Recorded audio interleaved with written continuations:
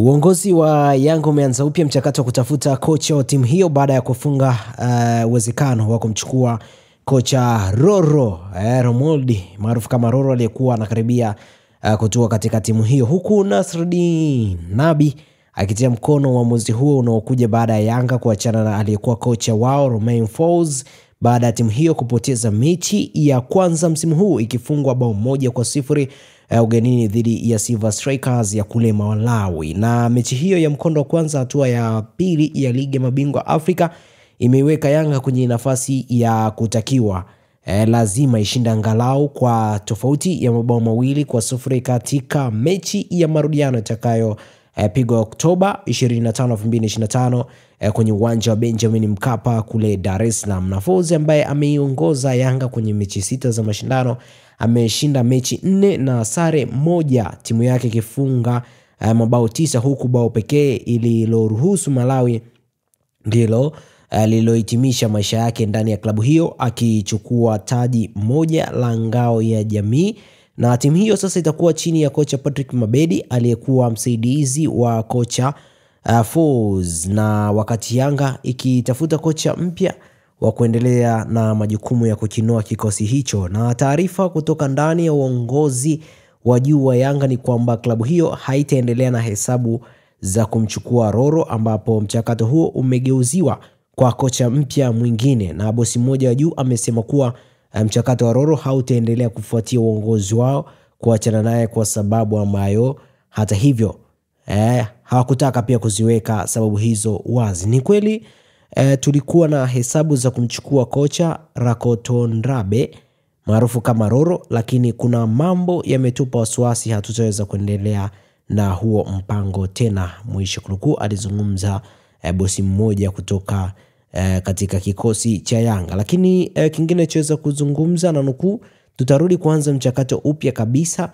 tunataka kufanya mambo kwa makini zaidi, tupate kocha ambaye atatupa kile ambacho tunakitarajia kama klabu, mwisho kunukuu. Na kocha wa zamani wa Yanga Nasruddin Nabi akizungumzia hilo amehitaji Yanga kuwa makini kwenye mchakato wa kupata kocha mpya, akisema wanahitaji kocha mwenye ufundi wa kisasa utakaoruhusu timu kujenga mashambulizi. Na Nabi aliyefikisha Yanga fainali ya kombe la shirikisho barani Afrika msimu wa 2022 hadi 2023 amesema hana shida na ubora wa wachezaji wa kikosi hicho, lakini akasema inahitajika kocha ambaye ataweza kuwalazimisha wachezaji kujituma na kutekeleza ipasavyo yale ambayo yanatakiwa. Na nukuu kile ambacho kiliweza kuzungumzwa, sio taarifa nzuri kwa Yanga kupoteza kocha wakati huu, kuna pressure inaongezeka kwa uongozi na hata timu, lakini naamini wanaweza kurudi kwenye utulivu. Siku zote naamini katika hatua zao, mwisho kunukuu, amesema Nabi ambaye hivi karibuni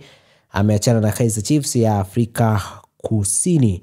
Nilikuwa hapo Tanzania, niliwaona Yanga, sina tatizo na ubora wa wachezaji wao hata kocha, lakini nadhani wanahitaji kocha mwenye uzoefu mkubwa anayeweza kuisimamia klabu yenye pressure ya matokeo kama Yanga. Nilivyoona ni kama wachezaji walikuwa waogopi kucheza nje ya maelekezo, wanahitaji kocha ambaye akiwa nje amesimama wachezaji wake watakuwa nakumbuka kile wanachotakiwa kukifanya. Kwa hichi ndo ambacho Nabi aliweza kukizungumza kuhusiana na kikosi cha Young Africans. Labda huenda kuna mambo kitofauti yataweza kutokea na kuleta utofauti katika kikosi cha Yanga baada ya kuweza kusaka kocha ambaye ataweza kufanya matokeo. Na tunaambiwa hapa na Nabi kila ambacho alikuwa anafundisha ndicho ambacho alikuwa anaweza kukifanya uwanjani. Labda pengine ndio maana matokeo yalikuwa tofauti, lakini kocha huyu amepoteza game moja.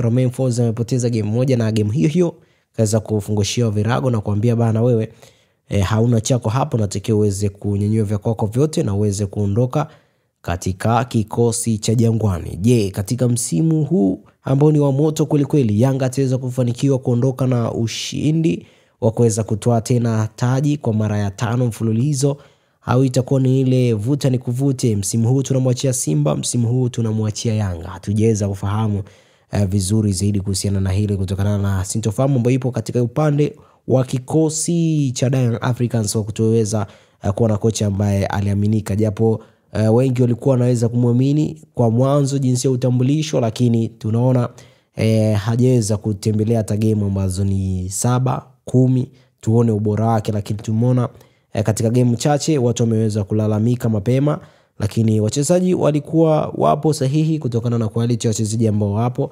lakini tatizo ni mbinu za mwalimu. Mwalimu hana mbinu ambazo zinaweza zikawatosheleza katika kupata ushindi zaidi. Labda Yanga wanapaswa kuweza kuendelea kutafuta kocha mwingine, wazungumze pia na Nabi kwa sababu na yeye pia hayupo kule Kaizer Chiefs, wanaweza kuzungumza naye na akaweza kurudi na kukinoa vyema kabisa kikosi cha Young Africans. Mpaka kufikia hapo ndugu yangu, sina la ziada. Usisahau kusubscribe, kulike, kushare na kucomment. Jina langu ni Tobias Kisima.